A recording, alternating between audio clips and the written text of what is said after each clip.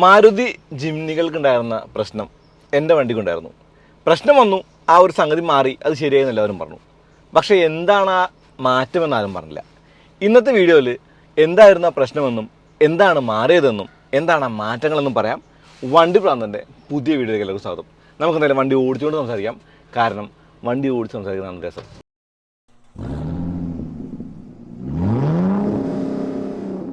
ജിംനിക്ക് എന്തായിരുന്നു പ്രശ്നം എന്നുള്ള പറയാൻ പോണത്. ശരിക്കും പറഞ്ഞാൽ ഇതൊരു പുതിയ പ്രശ്നമല്ല. കുറച്ചായി കണ്ടിട്ട് കുറേ വണ്ടികളിൽ അത് മാറ്റങ്ങളായിട്ട് വന്നു, കുറേ വണ്ടികൾ മാറ്റി കൊടുത്തു.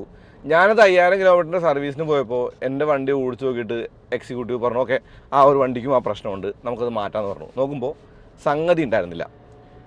കിങ് പിന്നെ കുറിച്ച് ഞാൻ പറയണത്. എന്താണ് കിങ് പിൻ ആദ്യം പറയണം, എന്താണ് റീകോൾ എന്ന് പറയണം, എന്തായിരുന്നു പ്രശ്നമെന്ന് പറയണം. അങ്ങനെയുള്ള കാര്യങ്ങളാണ് ഈ വീഡിയോ ഞാൻ ഉദ്ദേശിക്കുന്നത്. ഓക്കെ, ഇപ്പോൾ ജിംനിയുടെ അപ്ഡേറ്റ് തരാം എന്ന് ഞാൻ പറഞ്ഞ് പോസ്റ്റ് ഇട്ടുകൊണ്ട് തന്നെ ഇത് ഇമ്പോർട്ടൻ്റ് ആണല്ലോ. പ്രശ്നം എന്ന് പറഞ്ഞാൽ ഈ വണ്ടി ഒരു ഓട്ടോമാറ്റിക് ആണ്, ഒരു 1.5 ആണ്, മാനുവലും അതുപോലെ 1.5 ആണ്. ഇപ്പോൾ ടയർ വലിപ്പം കൂട്ടിയ വണ്ടികൾക്ക് പ്രത്യേകിച്ചും എല്ലാ വണ്ടിക്കും ഉണ്ട്. ഇപ്പോൾ നമ്മളൊന്ന് കാല് കൊടുത്ത് ഇങ്ങനെ ഓടിച്ച് ഒരു 80 കിലോമീറ്റർ സ്പീഡിലൊക്കെ എത്തിക്കഴിയുമ്പോൾ ബ്രേക്ക് ചെയ്ത് കഴിയുമ്പോൾ വണ്ടിയുടെ സ്റ്റിയറിംഗ് ഇങ്ങനെ ഷിവറി ആയിരുന്നു. ഇപ്പോൾ ഞാൻ ആക്കിയതാണ്, അങ്ങനെ ഷിവറി ആയിരുന്നു. ആ ഷിവറിംഗ് എന്ന് പറയുന്നതിനെ ഡെത്ത് വോബിൾ എന്നാണ് പറയുന്നത്. ഈ ഡെത്ത് വോബിൾ നമ്മൾ കണ്ടിരിക്കണം ആദ്യമായിട്ട് ജിംനിക്കല്ല, പഴയ കാലത്തെ ജീപ്പ് 500Dയിലൊക്കെ നമ്മൾ കണ്ടിട്ടുണ്ട്. അതായത് സ്റ്റിയറിങ്ങിൻ്റെ ആ ഒരു ബോൾ ഞാൻ നിർത്തിയിട്ട് കാണിക്കാം, അതാണ് നല്ലത്. അല്ലെങ്കിൽ ശരിയാവില്ല, കാരണം വണ്ടി ഓടിക്കുമ്പോൾ പറഞ്ഞാൽ അത് കാണിക്കാൻ പറ്റില്ല. ഒരു ചെറിയ സ്റ്റോപ്പ്, അത് നല്ലതാണ്, പിറ്റ് സ്റ്റോപ്പ് പോലെ നിർത്താം. ഇപ്പോൾ സാധാരണ പുതിയ വണ്ടികളിലെ സ്റ്റിയറിംഗ് പോലെയല്ല ഈ ഒരു ജീപ്പിൻ്റെയൊക്കെ സ്റ്റിയറിംഗ് എന്ന് പറയുന്നത്. ഒരു ബോൾ, ആ ബോളിൻ്റെ മുകളിലൊരു കപ്പ്, ഈ കപ്പാണ് നിന്ന് തിരിയുന്നത് ഇങ്ങനെ. ഇത് കപ്പ് ബോൾ എന്നൊക്കെ പറയുന്നത് ടേമല്ല, ടെക്നിക്കൽ ടേമല്ല, ഞാൻ ജസ്റ്റ് അറിയാൻ വേണ്ടി പറയുന്നത്. ഈ ഒരു കറക്കം എന്ന് പറയുന്നത് മുകളിലും താഴെയും ഓരോ കിങ് പിന്നുകളുണ്ട്. ഈ പിന്നുകൾ ടൈറ്റ് ചെയ്തിട്ടാണ് ചെയ്യുക. ആ കിങ് പിൻ ലൂസാകുമ്പോൾ അല്ലെങ്കിൽ കിങ് പിൻ്റെ അളവിൻ്റെ എന്തെങ്കിലും വ്യത്യാസം കൊണ്ട് ഇതിങ്ങനെ ഷിവർ ചെയ്യും. ആ ഷിവറിങ്ങിനാണ് വീല് ഷിവർ ചെയ്യുക എന്ന് പറയുന്നത്. ആ ഷിവറിംഗ് എന്ന് പറയുന്നത് ശരിക്കും ഡേഞ്ചറാണ്. ഡേഞ്ചർ എന്ന് പറയുമ്പോൾ വണ്ടി സ്പീഡിലൊക്കെ പോകുമ്പോഴാണ് അത് സംഭവിക്കുന്നതെങ്കിൽ കൺട്രോൾ പോകാനും കൊട്ടയിലാവാനും ചാൻസ് ഉണ്ട്, ചത്തു പോകാനും ചാൻസ് ഉണ്ട്. അതുകൊണ്ടാണ് ഡെത്ത് വോബിൾ എന്ന് പറയുന്നത്. അത് മഹീന്ദ്രയുടെ ജീപ്പിന് പണ്ട് നമ്മൾ കണ്ടിട്ടുണ്ട്. അപ്പോൾ അതിൻ്റെ സൈഡിലെ ആ ഒരു സ്പിൻഡലിനോ അങ്ങനത്തെ പറഞ്ഞാൽ ആ ഒരു റബ്ബർ പീസൊക്കെ വെച്ച് അഡ്ജസ്റ്റ് ചെയ്തിട്ടാണ് അവർ ചെയ്തിരുന്നത് പണ്ട്. മഹീന്ദ്ര സംഗതി ഉപേക്ഷിച്ച് കളഞ്ഞു. ഇപ്പോൾ അവർ ഇങ്ങനെയുള്ളൊരു കിങ് പിൻ്റെ ഒരു മെക്കാനിസത്തിലാണ് വർക്ക് ചെയ്യുന്നത്. അതുകൊണ്ട് ഇപ്പോൾ ആ പ്രശ്നമില്ല. പക്ഷേ ജിംനിയുടെ കഴിഞ്ഞ ജനറേഷന്, അതായത് 3ാം ജനറേഷന് ഈ പ്രശ്നം ഉണ്ടായിരുന്നു. ഈ പ്രശ്നം എന്ന് പറയുന്നത് ശരിക്കും ഐഡൻറ്റിഫൈ ചെയ്തിട്ടുണ്ടായിരുന്നു.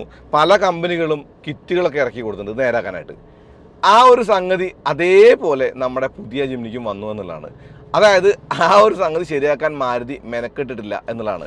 മാരുതി പല കാര്യങ്ങളും മെനക്കെട്ടിട്ടില്ല. ഒരു എക്സാമ്പിൾ പറഞ്ഞു കഴിഞ്ഞാൽ, ഇപ്പോൾ ഇതിൻ്റെ സീറ്റ്, ഈ ഒരു സീറ്റിൻ്റെ ഒരു ട്രാവൽ കൂടുതല. അതെന്താ കാരണം വെച്ച് കഴിഞ്ഞാൽ 3 ഡോറുള്ള ജിംനിക്കകത്തേക്ക് കയറുക, ആ ഒരു സീറ്റ് മറിച്ചിട്ടാണ്.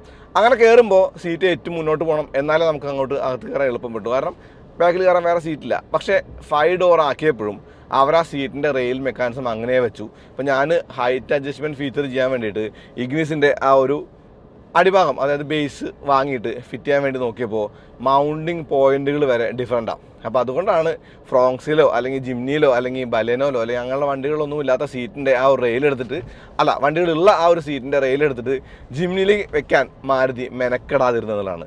ഒരു റീസൺ ഉണ്ട് അതിന്. അതായത് അത് റെട്രോ ഫിറ്റിംഗ് അല്ല, അതിനുവേണ്ടി കുറച്ചുകൂടി ഡെവലപ്മെൻറ്റ് ചെയ്യണം, കുറച്ചുകൂടി കാര്യങ്ങൾ ചെയ്യേണ്ടതുണ്ട്. പിന്നെ ഗുണം വെച്ച് കഴിഞ്ഞാൽ ഇത് ചേസിൻ്റെ മുകളിൽ ബോഡിയുള്ള വണ്ടിയാണ്. ഓക്കെ, അടിഭാഗത്ത് ആ ഒരു മാറ്റ് വലിയ കട്ടിയൊന്നുമില്ല, നമുക്ക് എന്തും കസ്റ്റമൈസ് ചെയ്യാം. ഇപ്പോൾ സീറ്റിൻ്റെ ആ ഒരു റെയിലൊക്കെ നമുക്ക് വേണമെങ്കിൽ കസ്റ്റമൈസ് ചെയ്തെടുക്കാം.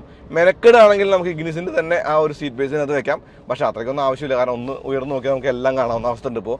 അതായത് സീറ്റ് ഹൈറ്റ് അഡ്ജസ്റ്റ്മെൻറ്റ് അത്ര ഒരു എസെൻഷ്യൽ ആയിട്ടുള്ള സവിശേഷത അല്ല എന്നുള്ളതാണ്. വീണ്ടും കിങ് പിന്നിലേക്ക് വന്നാൽ കുറേ വീഡിയോസ് ഉണ്ട് ആ ഒരു ഇൻ്റർനെറ്റിൽ യൂട്യൂബിലൊക്കെ. എൻ്റെ കിങ് പിൻ മാറി, എൻ്റെ ബ്രേക്ക് റോട്ടർ മാറിയെന്നുണ്ട്. പക്ഷേ എന്താണ് മാറിയതെന്ന് പറയുന്നുണ്ടെങ്കിലും എന്തുകൊണ്ടാണ് അത് മാറിയതെന്ന് ആരും പറഞ്ഞില്ല. അപ്പോൾ ഇതിൻ്റെ കാര്യം എന്ന് പറയുന്നത് വളരെ സിമ്പിളാണ്. ആ ഒരു കിങ് പിൻ, ഒരു 2 ബെയറിംഗ് ഉണ്ട്, അത് നേരത്തെ കാണിച്ച പോലെ 2 ബെയറിംഗ് അടിയിലും മുകളുണ്ട്. ആ ബെയറിങ്ങിനകത്തേക്കാണ് കിങ് പിൻ കയറി വെക്കുന്നത്. ആ ഒരു കിങ് പിന്നിലാണ് ആ ബെയറിംഗ് അങ്ങോട്ടും ഇങ്ങോട്ടും ആ ഒരു ബോളിനെ ചലിപ്പിക്കുന്നത്. അപ്പോൾ അവിടെ ഒരു ചെറിയൊരു ഷെയ്ക്ക് പോലെ വരുമ്പോഴാണ് ശരിക്കും വീല് വോബിൾ ചെയ്യുന്നത്.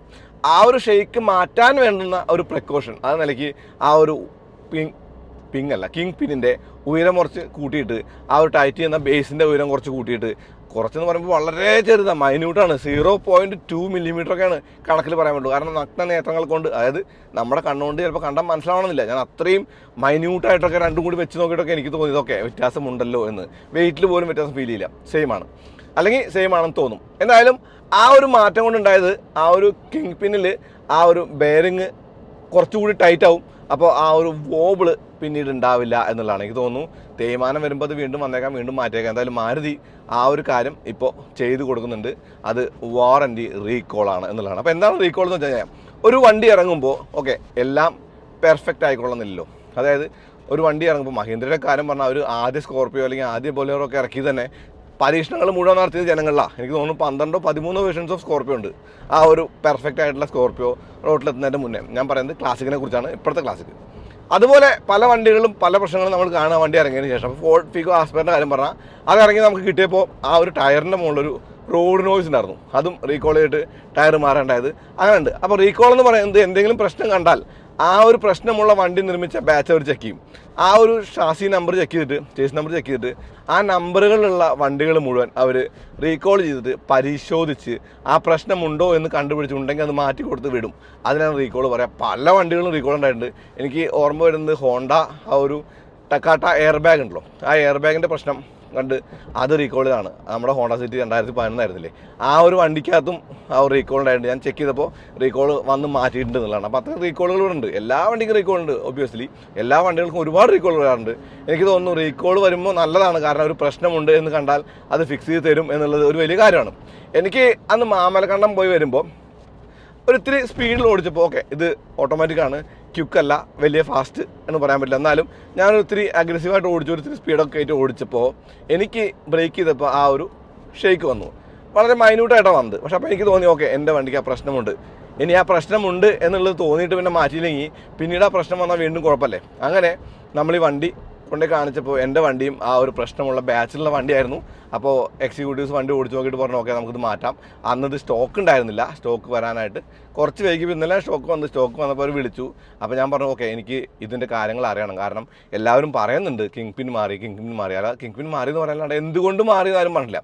അത് അറിയണം എന്ന് പറഞ്ഞിട്ട് ഞാനും നമ്മുടെ പൾസർ ഒരു ഗ്രൂപ്പിലുള്ള ഒരു ഫ്രണ്ട് ഉണ്ട്, പുള്ളിയാണ് പോപ്പുലറിൽ ഇപ്പോൾ ആ ഒരു വാറൻ്റിയൊക്കെ നോക്കുന്നത്.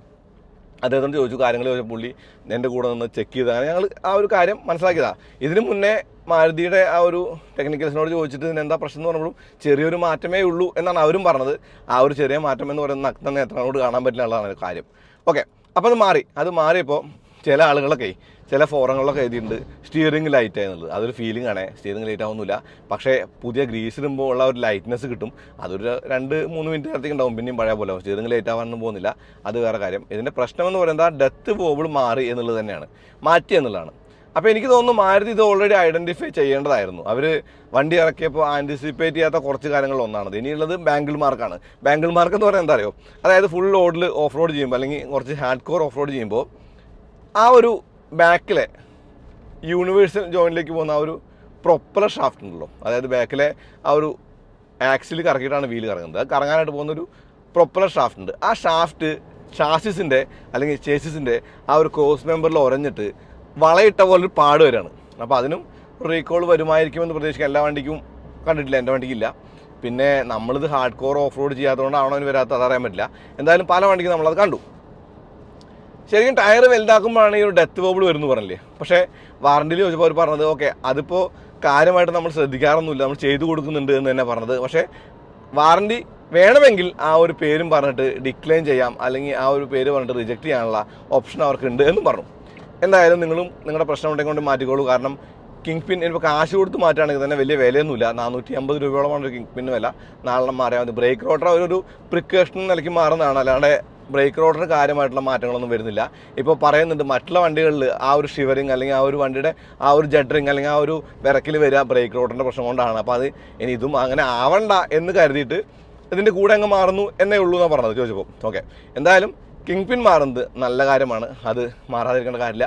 ഇപ്പോൾ ഞാൻ ചില ആൾക്കാരോട് സംസാരിച്ചവർ പറഞ്ഞത് ഫാക്ടറി അത് മാറേണ്ട കാര്യമില്ല, അങ്ങനെ നിന്നോട്ടൊക്കെയാണ്. പക്ഷേ അത് ഇത്തിരി മണ്ടത്തരമാണ്. കാരണം ശരിക്കും ഫാക്ടറിയിൽ നിന്ന് വരുന്ന പ്രശ്നം കമ്പനി തന്നെ ഐഡൻറ്റിഫൈ ചെയ്തിട്ട് മാറ്റുക എന്ന് പറയുമ്പോൾ തീർത്തും അത് ഒരു എസെൻഷ്യൽ ആയിട്ടുള്ളൊരു ചേഞ്ച് ആണ് എന്നുള്ളതാണ്.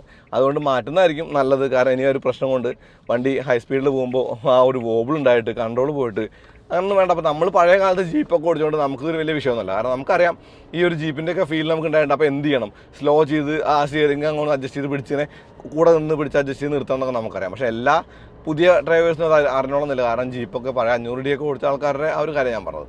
എന്തായാലും ജിംനി അന്ന് മുതൽ ഇന്ന് വരെ യൂസ് ചെയ്യുന്ന ആ ഒരു ഓൾഡ് സ്കൂൾ സിസ്റ്റം തന്നെയാണ്. ആ ഒരു കുഴ മാറ്റത്തുള്ള കപ്പിൻ്റെ മുകളിൽ കിടന്ന വീൽ കൊണ്ട് ആ ഒരു ടേൺ റേഡിയസിൻ്റെ കുറവ് എല്ലാം ഈ വണ്ടിക്കുണ്ട്. പിന്നെ ഇന്നലെ സംസാരിച്ചപ്പോൾ കേട്ട 2-3 കാര്യങ്ങൾ കൂടി പറയണം അതിൻ്റെ കൂടെ. അതായത് ഇപ്പോൾ സസ്പെൻഷൻ വലുതാക്കിയ വണ്ടികൾ, സസ്പെൻഷൻ വലുതാക്കല്ല, സ്പ്രിങ് മാറ്റിയിട്ടുള്ള ആ ഒരു ഡാമ്പർ മാറ്റിയിട്ടുള്ള വണ്ടികൾ ലിഫ്റ്റിൽ പൊക്കുമ്പോൾ ആ ഒരു നമ്മുടെ സ്റ്റെബിലൈസർ ബാർ ബമ്പറിൻ്റെ മുകളിൽ തട്ടുന്നുണ്ടെന്ന് കേട്ടു. അപ്പോൾ എനിക്ക് തോന്നുന്നു നല്ല ഓഫ് റോഡ് ചെയ്യുമ്പോൾ അത് തട്ടിയിട്ട് ആ ബമ്പർ പൊട്ടാനുള്ള സാധ്യത ഉണ്ട്.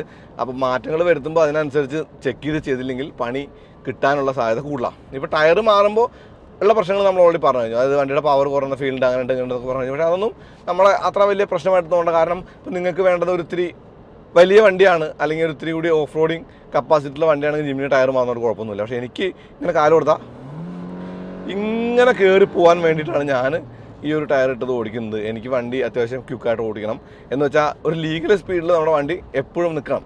അല്ലാണ്ട് മെല്ലെ 40 പോയിട്ടിപ്പോൾ 70 പോകുന്ന റോട്ടിൽ 40 പോകുന്ന വണ്ടി ന്യൂസൻസാണ്, പബ്ലിക് ന്യൂസൻസാണ്. കാരണം അത് അപകടങ്ങൾ കൂട്ടുള്ളൂ, കുറയ്ക്കൊന്നുമില്ല. അതുകൊണ്ട് തന്നെ എനിക്ക് തോന്നുന്നു നമ്മൾ ആ ഒരു ട്രാഫിക്കിൻ്റെ കൂടെ നിൽക്കേണ്ട ഒരു ആവശ്യമുണ്ട്. ട്രാഫിക്കിൻ്റെ കൂടെ നമ്മളെപ്പോഴും ആ ഒരു കോപ്പപ്പ് ചെയ്ത് നിൽക്കണം. അതിന് വേണ്ടിയിട്ട് അത്യാവശ്യം ഒരു സ്പീഡ് വേണം.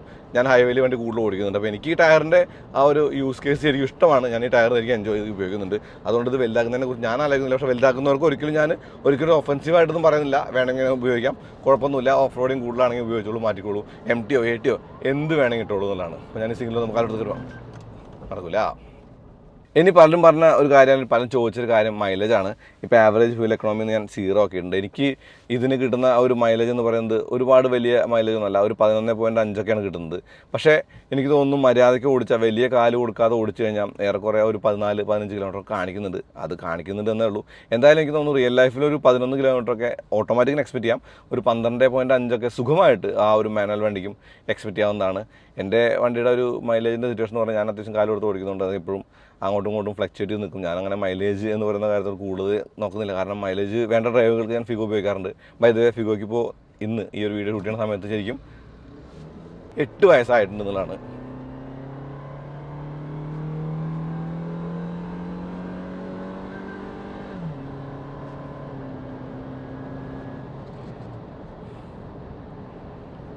ഞാനവിടെ 0 ഒക്കെ ഇട്ട് ചുമ്മാ കാല് കൊടുത്ത് കാണിച്ചതെന്ന് വെച്ചാൽ മൈലേജ് എത്ര വരെ ഷോർട്ട് ആവും എന്നുള്ളതാണേ. 2.5 വരെ കാണിച്ചു. ഓക്കെ, അപ്പോൾ റീസണബിളി ഒരു ഫാമിലി കാറായിട്ട് യൂസ് ചെയ്യാൻ പറ്റിയ വണ്ടിയാണെന്ന് വെച്ചാൽ ഒരു 3 പേര് ഉള്ള ഒരു ഫാമിലിക്ക് മികച്ച ഒരു വണ്ടിയാണിത്. അതിൽ സംശയമൊന്നും വേണ്ട. പിന്നെ ഈ വണ്ടിയെ മറ്റുള്ള വണ്ടിയായിട്ട് കമ്പാരിസൺ ഒന്നുമില്ല. അപ്പോൾ വലിയ കുഴപ്പമില്ലാണ്ട് നമുക്ക് ഡെയിലി ഓടിച്ചുകൊണ്ട് നടക്കാൻ. അതായത് ഇപ്പോൾ ഞാൻ കുറച്ചും കൂടി ഒരു കുറച്ചുകൂടി ഒരു മടിയനായി മാറിയിട്ടുണ്ട്. ഇപ്പോൾ ഞാൻ ഫിഗോ ഓടിക്കുമ്പോഴെങ്കിൽ മറ്റുള്ള കാർ ഓടിക്കുമ്പോൾ കുണ്ടും കൂടിയൊന്നും വലുതായിട്ട് മൈൻഡ് ചെയ്യുന്നില്ല. അത് ജിമ്നി എഫക്റ്റാണ്. ആ ഒരു എഫക്റ്റ് വരും എന്നുള്ളത് മാത്രമാണ് നെഗറ്റീവായിട്ട് കണ്ടത്. പക്ഷേ ബാക്കിയെല്ലാ കാര്യങ്ങളും നല്ലതാണ്. അപ്പോൾ അടുത്ത അപ്ഡേറ്റുമായിട്ട് വരാം. എന്തായാലും ഈ വണ്ടിയുടെ കിങ് പിൻ മാറിയത് എന്താണ് മാറിയത് ഞാൻ പറഞ്ഞു കഴിഞ്ഞു. എന്താണ് സംഗതി ഞാൻ പറഞ്ഞു കഴിഞ്ഞു. അതാണ് അതിൻ്റെ കാര്യം. ആ ഒരു മാറ്റം എന്ന് പറയുന്നത് തീർത്തും എസെൻഷ്യലാണ്. നിങ്ങളുടെ വണ്ടിക്ക് പ്രശ്നമുണ്ടെങ്കിൽ കൊണ്ടുപോയി മാറ്റിക്കോളൂ. അതൊരിക്കലും ഒരു വേസ്റ്റ് ഓഫ് ടൈമല്ല, ആ ഒരു കാര്യമല്ല. Factory fitted is factory fitted ഓക്കെയാണ്. പക്ഷേ ഇത് മാറ്റം അവർ പറയുന്ന മാറ്റമാണ്, അത് മാറ്റിക്കോളൂ എന്നുള്ളതാണ്. അപ്പോൾ അടുത്ത വീണ്ടും വരാം. അതുവരേക്കും നന്ദി, നമസ്കാരം.